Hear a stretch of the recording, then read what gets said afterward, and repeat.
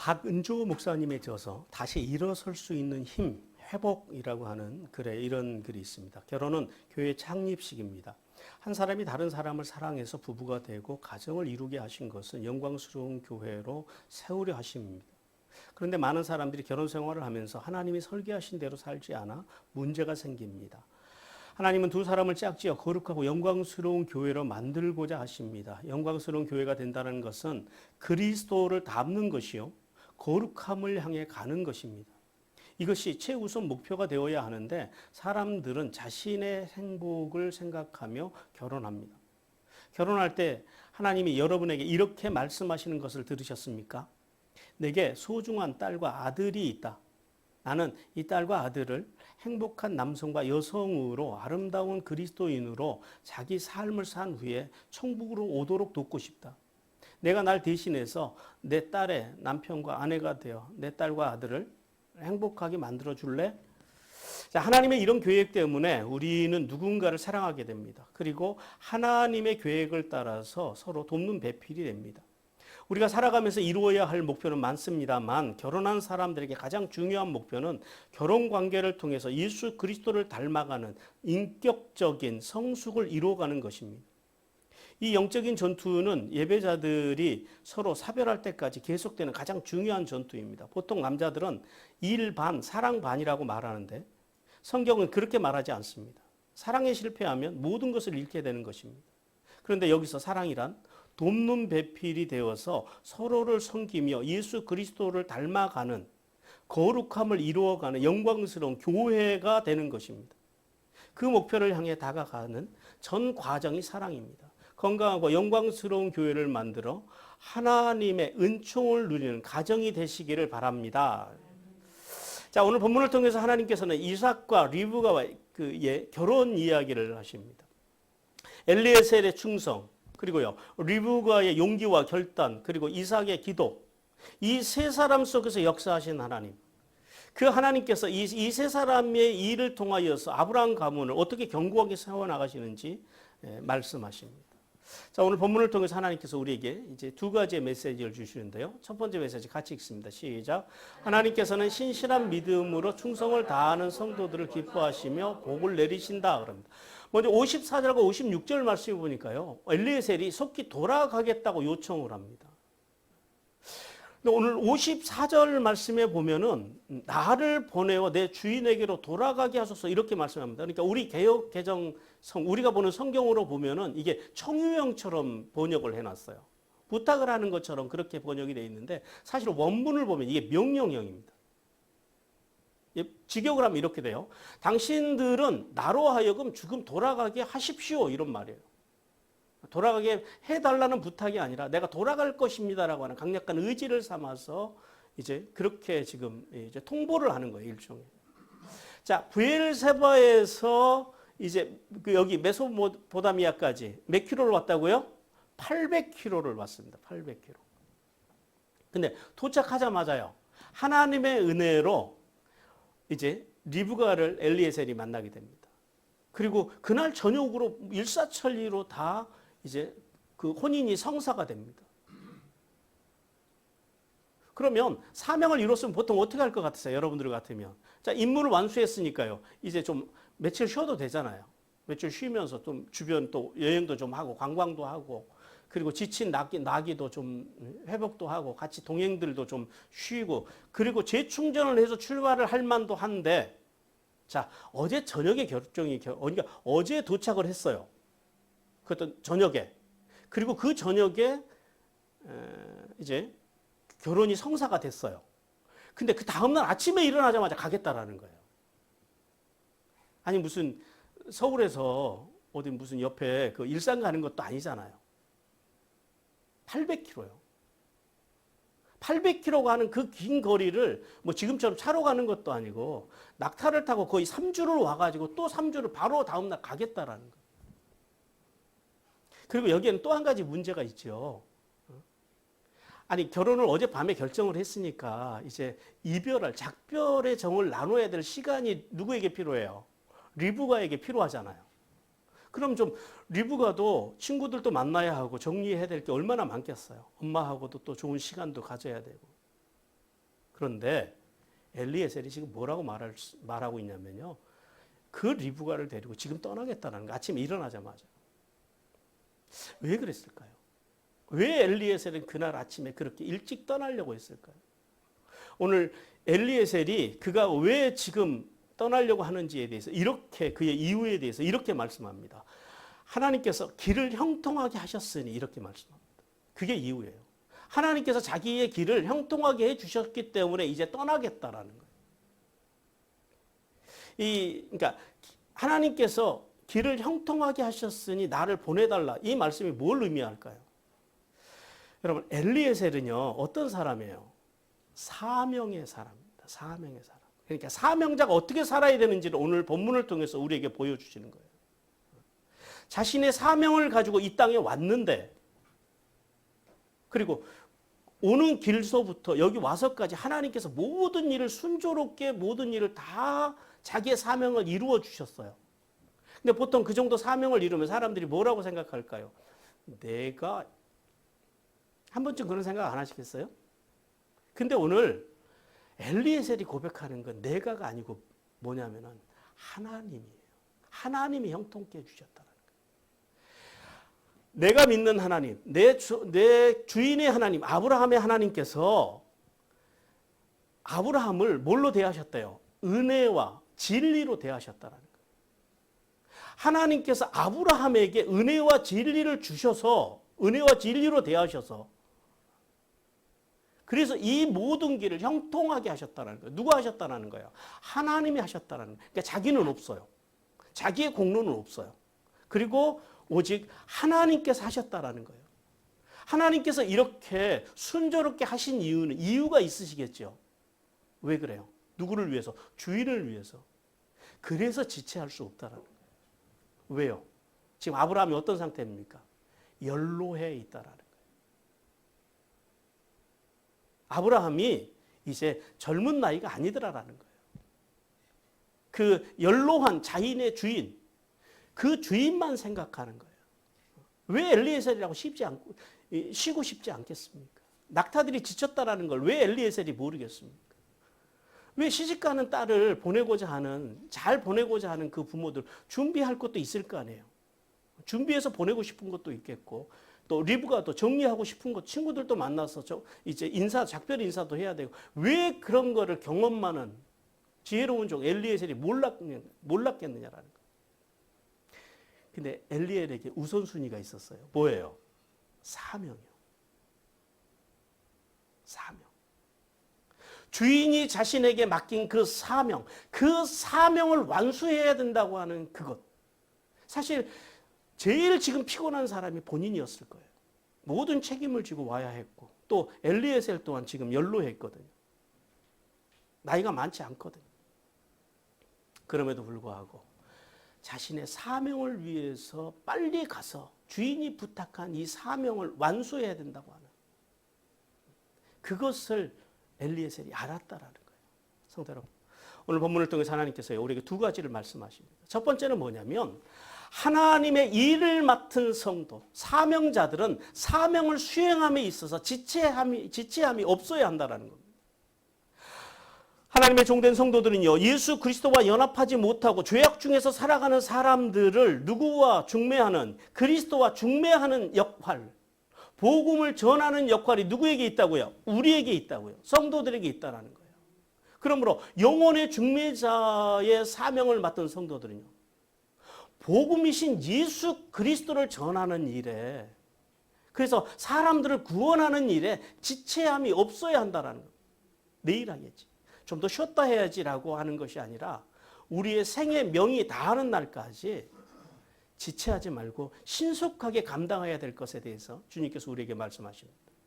그 다음 두 번째는요, 사명은 하나님의 나라에 이를 때 끝난다는 사실을 기억해야 돼요. 자, 혼인이 성사가 됐어요.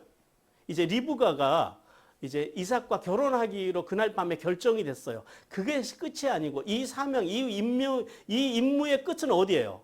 그 리브가를 누구에게요? 이삭에게 안전하게 모시고 가는 것. 그러니까 브엘세바에 도착해야지, 다시 아브라함에게로 도착해야지 사명이 끝난다라는 거예요. 그것을 누가 알았다고요? 엘리에셀이 알았다라는 거예요. 그것이 사명의 끝이라는 걸 알았다라는 거예요. 그래서 사명이 끝나지 않는 여기서 쉴 수가 없다라는 거예요. 하나님께서는 이 엘리에셀을 통해서 구원받은 성도들에게 교회를 이루게 하시고, 또 교회를 통해서요, 땅끝까지 복음을 전하여서 영혼을 구원하는 사명이, 우리의 사명이 이게 어디에 가야 끝나요? 하나님의 나라에 이르를 때까지 끝난다라는 거예요. 여러분, 직분에는 은퇴가 있습니다. 그러나 사명에는 은퇴가 없다라는 사실을 깨닫기를 주님께서 원하십니다. 그다음에 두 번째, 57절부터 58절까지는 엘리에셀의 요청을 수락하는 리브가에 대해서 나옵니다. 이제 지금 당장 돌아가겠다고 하니까요, 가족들은 어떻게 했어요? 안 된다고 그러죠. 당연히 누가 된다고 그러겠습니까? 아니, 어젯밤에 결혼이 성사가 됐는데 오늘 아침에 일어나서 바로 가겠다라는 거예요. 앞에 말씀드렸지만 가족들 입장에서도요, 딸을 위해서 뭔가 해주고 싶은 게 있잖아요. 정리해야 될 것들이 있더라라는 거예요. 그런데 엘리에셀이 강력하게 요청을 합니다. 분명한 건 가야 되겠다라는 거예요. 그래서 이 가족들이 지혜를 낸 게 뭐냐면, 그럼 리브가에게 결정하게 합시다. 리브가가 가겠다고 하면 가고, 그렇지 않으면 이제 좀 쉬었다 가는 걸로 합시다. 그 속에는 어떤 기대가 있었을까요? 가족들의. 리브가의 생각도 자신들의 생각과 크게 다르지 않을 것이다 라고 하는 그런 믿음이 가족들에게 있었다라는 거예요. 근데 리브가의 대답이 뭐예요? 가겠다라는 거예요. 오늘 원문을 보면요, 내가 가겠다라는 거예요. 그러니까 마지못해서 가겠다라는 것이 아니라, 원문을 그대로 기억하면 내가 자원해서 가겠다라는 거예요. 그런데 이 어린 소녀 리브가가 어떻게 이런 단호한 결정을 내릴 수 있었을까요? 그 이유는 부모입니다. 그 리브가의 아버지의 이름이 누구라고요? 부두엘입니다. 부두엘. 베투엘. 하나님의 사람입니다. 그러니까 하나님의 사람 아버지 안에서 아름다운 인격 신앙으로서 그녀가 자랐다라는 거예요. 그런 신앙을 소유했다라는 거예요. 이 믿음의 여인 리브가가, 믿음의 또 한 가지 리브가가 이제 알았던 것은 뭐냐면은, 이 엘리에셀의 간증과, 그리고 지금까지 자기가 엘리에셀을 만나는 과정서부터 여기까지 단 하룻밤 사이에 일어났던 그 모든 일들을 자기가 생각해 볼 때, 아, 이것은 하나님께서 엘리에셀이 이야기하는 대로 은혜와 진리로 지금 아브라함을 대하고 있구나. 그걸 이 어린 리브가가 알았다라는 거예요. 그러니까 리브가가 그냥 구속사의 2대 믿음의 조상이 되는 게 아니다라는 거예요. 하나님께서 아브라함을 은혜와 진리로 예우하셔서, 그리고 자신을 예우하셔서 지금 이 모든 일을 이루셨다라는 거예요. 그러니까 하나님의 분명한 뜻을 그녀가 깨달았다라는 거예요. 그래서 그녀는 눈앞에 보이는 어떤 이기적인 탐욕을 따라서 판단하거나 타협하지 않고 뭘 따라가요? 하나님의 뜻을 따라가요. 거기에 하나님의 뜻이 있으면 내가 친구들도 인사도 못하고 가야 하고, 엄마하고 이제 이 작별의 정도 나누지 못해야 하고, 그러니까 본인으로서는 많은 것들을 희생을 해야 돼요. 그런데 그렇게 하겠다라는 거예요. 왜요? 그것이 누구의 뜻이니까? 하나님의 뜻이니까. 이게 신앙이라는 거예요. 이게. 여러분은 어떻게 하십니까? 내가 불편하면요, 하나님의 뜻도, 하나님의 말씀도 다 밀어버립니다. 성도 여러분, 믿음이 뭡니까? 믿음이. 히브리서 11장 1절 같이 읽습니다. 시작. 믿음은 바라는 것들의 실상이요 보지 않는 것들의 증거니 그럽니다. 자, 믿음을 두 가지로 말씀해요. 첫 번째는, 믿음은 하나님의 언약의 말씀을 믿는 것. 뭐가 믿음이라고요? 하나님의 말씀을 믿는 게 믿음이에요. 그러니까 믿는다고 하면서 하나님의 말씀이 없으면요, 그거는 문제가 있죠. 그 다음에요, 그 말씀을요, 뭐 하는 게 믿음이에요? 내 삶의 최고의 가치로 존중하는 것. 그리고요, 그 존중한 말씀을 가지고요. 그렇게 살기 위해서 잘 안 되니까 말씀대로 사는 게 잘 돼요, 안 돼요? 안 돼요. 안 되니까 뭐 하자고요? 발버둥 치자. 그게 믿음이라는 거예요, 그게. 그게 없으면 우리가 믿음에 대해서 좀 다시 생각을 해봐야 돼요. 오늘 히브리서에서는 그 믿음을 바라는 것들의 실상이라고 그래요. 무슨 말이냐면 내가 바라고 기대하는 것이 이미 내가 소유한 것으로 믿는 것. 그걸 믿음이라고 한다고. 리브가는 이삭을 한 번도 본 적이 없어요. 근데 누구의 말만 들었어요? 엘리에셀의 말을 들었어요. 그리고 그 엘리에셀 가운데서 자기 가운데 행하신 하나님을 믿었어요. 그 엘리에셀의 말을 듣고 믿고 존중했고 그렇게 행동했어요. 그래서 리브가는 위대한 믿음의 어머니가 되는 거예요. 그 다음에 두 번째는요. 믿음은 오늘 그 히브리서에서의 믿음은 하나님의 언약의 말씀을 강하게 확신하는 것이라고 합니다. 오늘 그 히브리서 보니까 그래요. 보이지 않는 것들의 증거라고 합니다. 보이지 않는 것들의 증거. 뭐예요? 바라고 기대하는 것이 아직 이루어지지 않은 먼 미래에 있지만은 그것이 내 눈앞에 와서 있는 것처럼 내가 확신하는 것. 이걸 뭐라고 그런다고요? 이걸 믿음이라고 그러는 거예요. 리브가는 아직 아브라함의 가문이 어떻게 생겼는지, 이삭의 아내의 자리가 어떤 자리인지 정확하게 몰라요. 그런데 아직 가나안에 가지도 않았지만은 리브가는 뭘 믿었냐면은 자신이 아브라함 가문의 며느리로 이삭의 아내로 자신이 그 아브라함 가문의 안 주인으로 살아가는 것, 거기에 대한 확신이 그녀 안에 있었다는 그 믿음이 리브가를 지금 어디로 가게 하고 있어요? 브엘세바로, 가나안으로 지금 가게 하고 있다. 사랑하는 성도들, 하나님께서 예수 그리스도를 믿어 구원받아서 세례를 통해서 예수님과 연합되어 성화의 삶을 살아가는 성도들이 이렇게 엘리에셀과 같이 신실하고 충성된 믿음, 그리고 또 리브와 같이 죄 없으신 예수 그리스도의 언약의 말씀에 대한 확신, 그 신앙으로 하늘에 있으려면 땅에 기름진 복을 받기를 주님께서 원하십니다. 그리고 두 번째 메시지 같이 읽겠습니다. 시작. 하나님께서는 참된 복의 의미를 알고 사명으로 사는 성도들을 기뻐하시고 복을 내리신다라고 말씀합니다. 그래서 이제 계속해서 59절과 60절 말씀을 보니까요. 리브가를 축복하는 그 리브가의 가족들에 대한 말씀입니다. 그 두 가지를 축복을 해요. 첫 번째는 뭐냐면 천만인의 어머니가 될지어다 그럽니다. 어머니가 되라는 거예요. 여기서 천만이라고 하는 단어는 천과 만이 아니고요. 그 시대에는 천을 가장 큰 숫자로 봤거든요. 그러니까 원문을 직역하면 그래요. 수많은 일천이 됩니다. 천이 많은 거예요. 만 개가 있는 것이 아니라 천이 한도 끝도 없이 계속해서 있는 것. 그것을 천만이라고 합니다. 그러니까 오늘 천만인의 어머니가 되라고 하는 의미는 뭘까요? 어떤 숫자적인 개념이 아니죠. 어떤 개념이에요? 가서 자녀를 낳아서 번성의 복을 빌어주는 거예요. 그것을 이제 이렇게 문학적으로 표현을 하는 거예요. 딸에게, 누이에게 네가 가는 곳에 번성의 복이 임하기를 위해서 복을 빌어주는 거고요. 두 번째는 그러니까 후손의 원순이 성문을 얻는 복에 대해서 말씀합니다.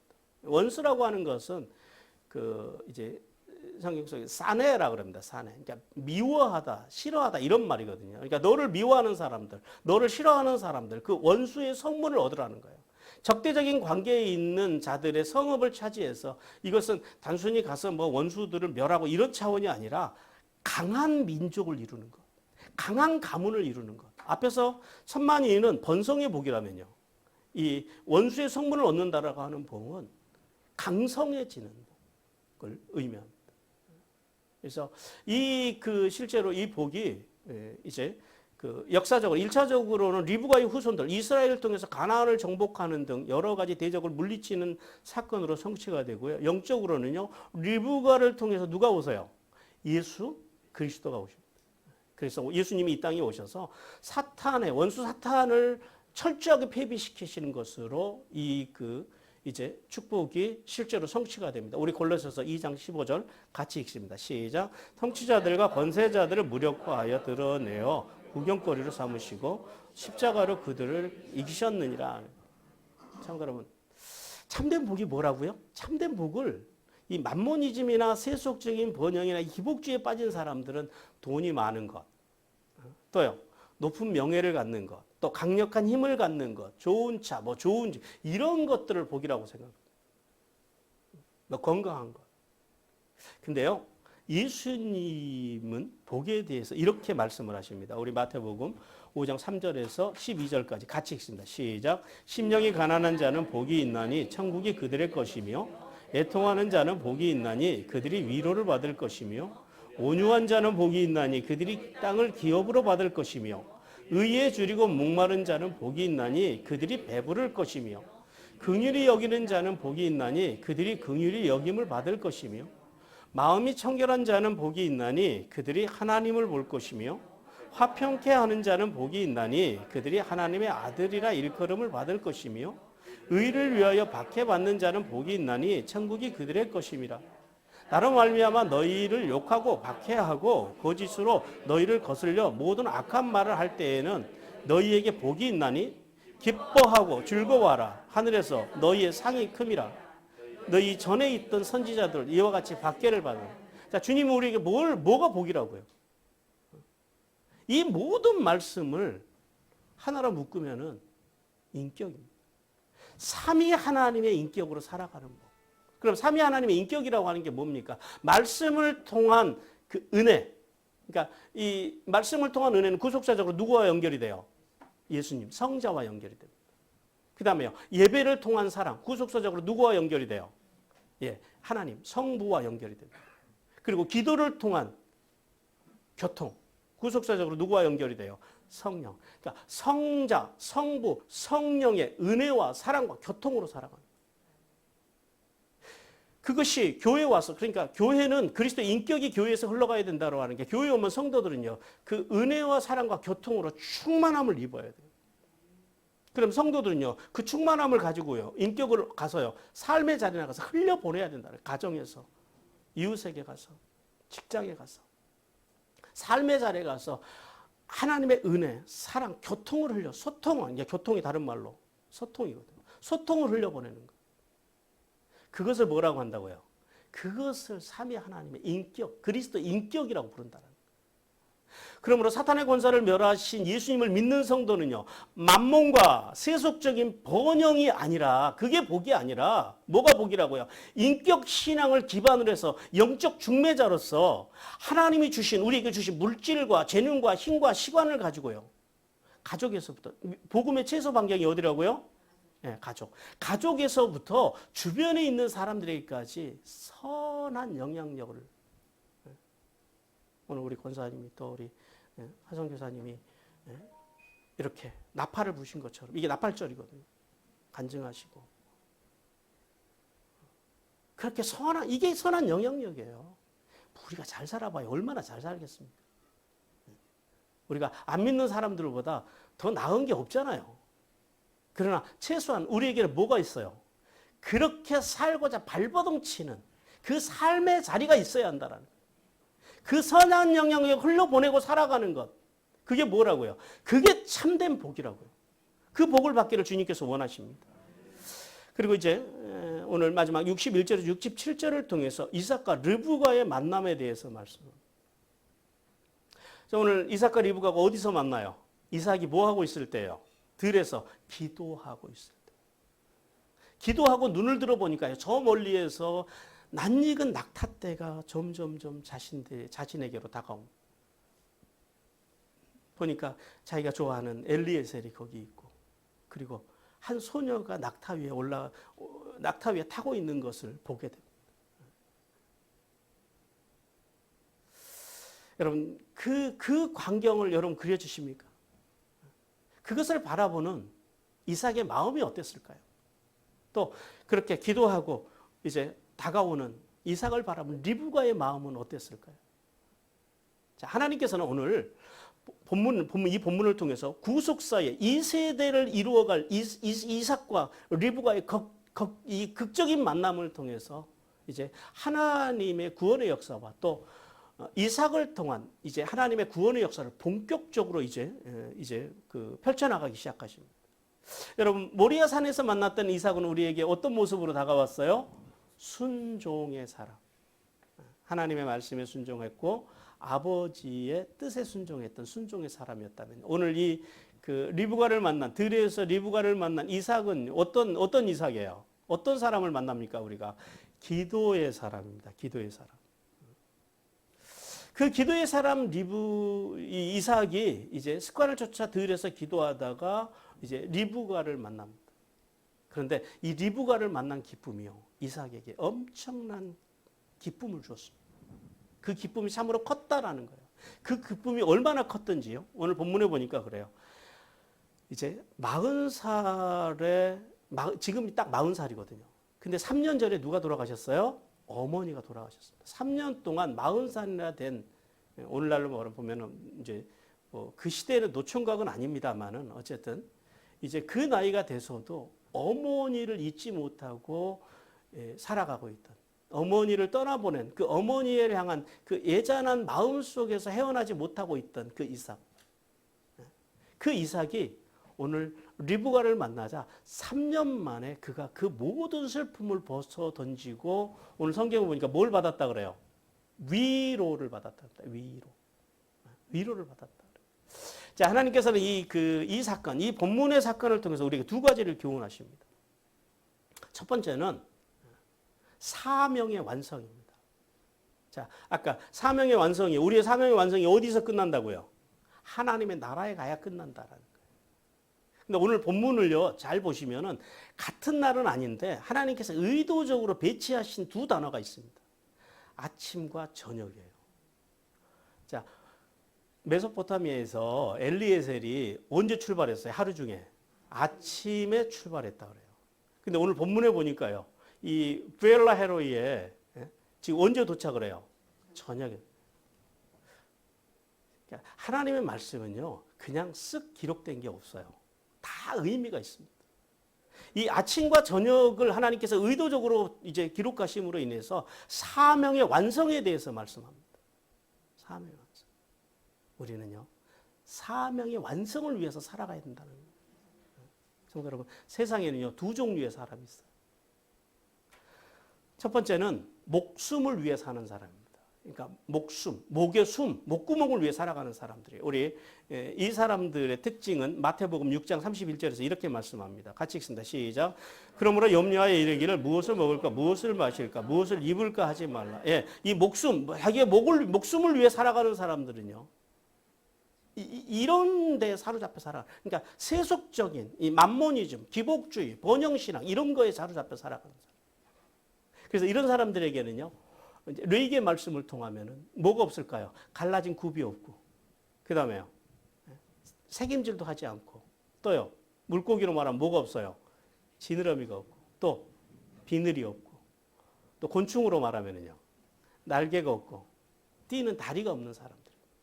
그리고 배를 이 땅에 깔고 살아가는 사람들. 그러니까 이 세상에서 무엇을 먹을까, 무엇을 입을까, 무엇을 온통 그들의 관심은 어디 있어요? 여기 있다라는. 성경에서는 그런 사람을 부정한 사람이라고 그래요. 레이기에서는.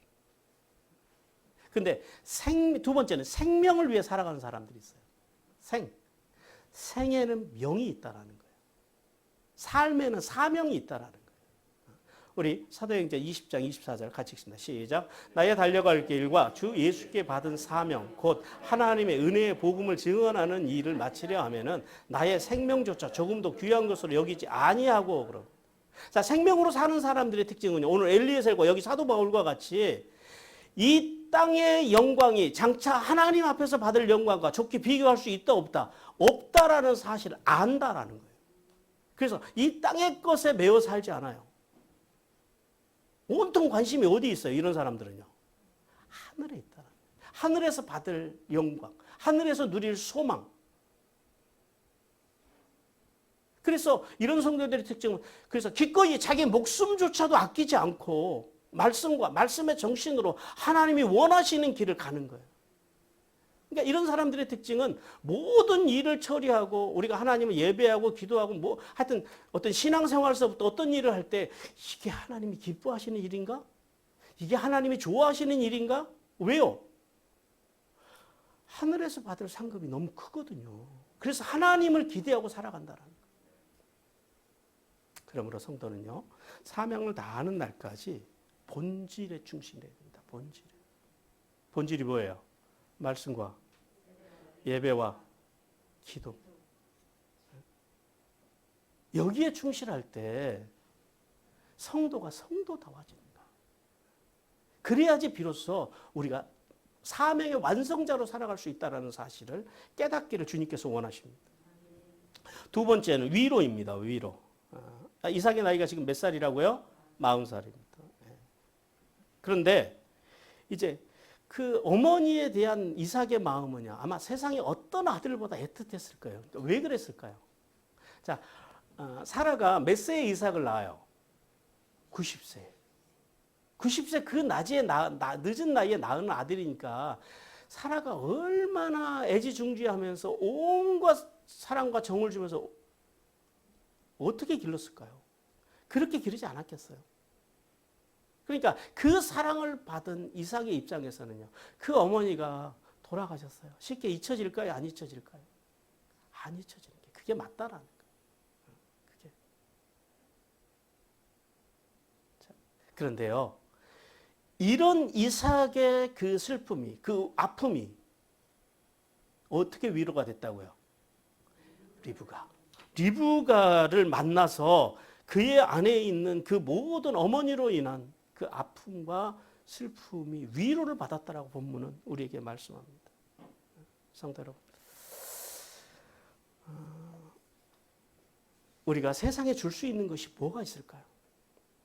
그리스도인들이 세상에 전해줄 수 있는 것이 뭐가 있을까요? 잘 먹고 잘 사는 것은 굳이 뭐 교회 안 와도 다 해결됩니다. 열심히 가서 일하면, 좋은 직장, 공부 열심히 해서 좋은 대학 가고 좋은 직장 가고 사업 성공하면요, 다 잘 먹고 잘 삽니다. 그것은 교회가 줄 수 있는 것은 아니에요. 우리가 줄 수 있는 건 뭐예요? 리브가가 그 땅에 도착해서 이삭에게 위로를 주었던 것처럼 세상이 알 수도 없고 세상에 줄 수도 없는 참된 평안, 그 위로, 예수 그리스도를 통해서만 받을 수 있는 그 위로, 그 위로를 온 삶을 통해, 온 인격을 통해 전해줄 수 있는 복된 아버지의 사람들이 되시기를 주님께서 간절히 원하십니다. 사랑하는 성도 여러분, 하나님께서 하나님 나라의 복은 이 땅에서 우리가 누리는 복과는 비교할 수 없다라고 말씀하십니다. 그러므로 우리가 어떤 복과도 비교할 수 없는 하나님 나라의 복을 사모하면서 이제 오늘 리브가와 같이 기쁜 소식을 전해주고 또 늘 엘리에셀과 같이 사명을 다하는 날까지 최선의 삶을 다 살아가는 복된 인생으로 하늘의 복과 땅의 복을 받는 귀한 성도들이 되시기를 주님께서 간절히 원하십니다.